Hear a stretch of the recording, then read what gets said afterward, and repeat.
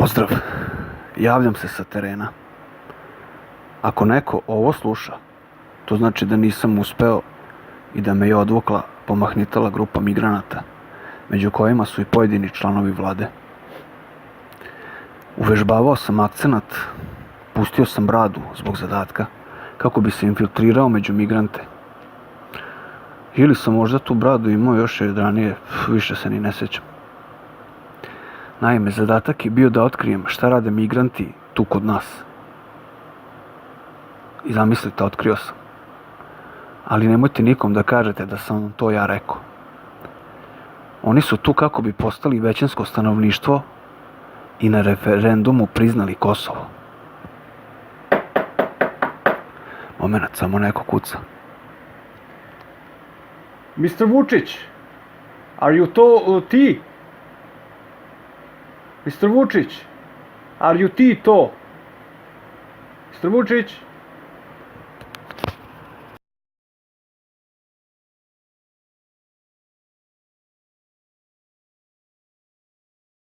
My name is Bond.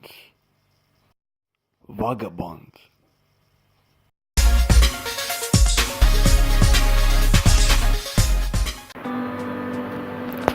Ratovi, glad, besparica, to su razlozi koji bi čoveka naterali na izbeglištvo. Obično bi to trebali da su najjač. Žene, deca, starci. A da li je to tako?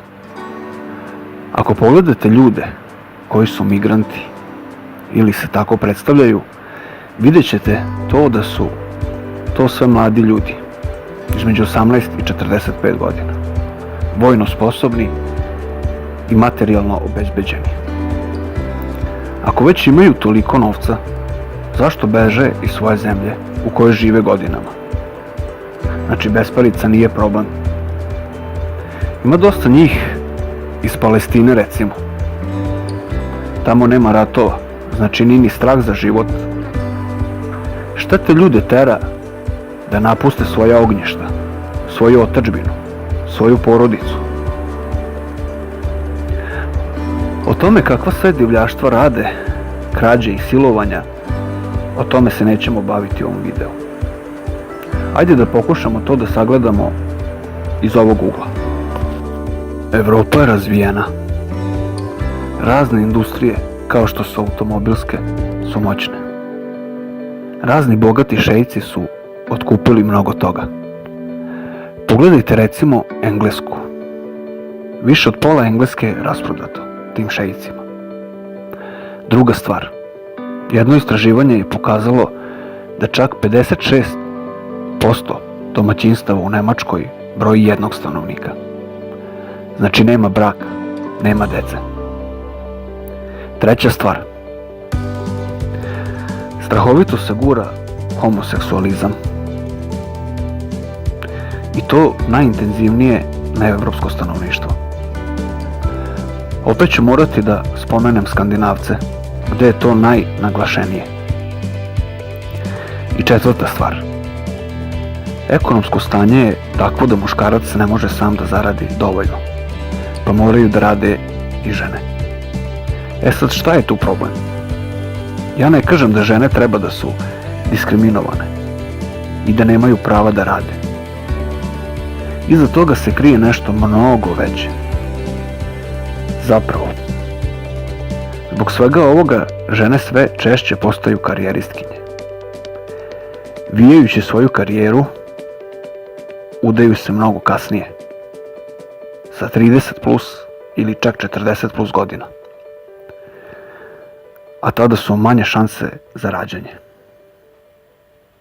Naime, feminizam je razdvojio muškarca i ženu. No da ne odemo preširoko, Evropom vlada bela kuga. I to veštački izazvana. Korak po korak. Za sve to vreme Evropa se puni Arapima. U Americi se puni crncima i hispanosima. Svaka druga bela devojka na društvenim mrežama, kao što su Instagram, je sa crncem. Ne, nije zbog toga zbog čega vi mislite, sram vas bilo. Niti su svi crnci toliko obdareni, niti smo mi svi ko Kinezi sa mini Morisom. Niti žene samo to gledaju. Bar se nadam. No, šalu na stranu. Možda to sve mainstream propaganda i su to sve devojke sa najviše pratioca. Bilo kako bilo, nisam rasista, ni nacista. Ali se nešto itekako odvija u pozadini protiv bele rase i poprima sve veće i veće razmere. No da se vratimo na šalu sa početka videa. Ljudi, ne budite vi ta nejač koja će da migrira iz svoje otadžbine. Ostanite i izborite se za svoju zemlju, za koju su se borili naši preci. Neka nas ne zamene migranti i jedne godine predaju Kosovo, a zatim i Vojvodinu i ostane samo beogradski pašaluk. Isto to može da se dogodi i ostalim državama, iako one za sada deluju neugroženo. Bratstva koje sve ovo rade imaju razvijen plan, korak po korak, i veoma su strpljivi.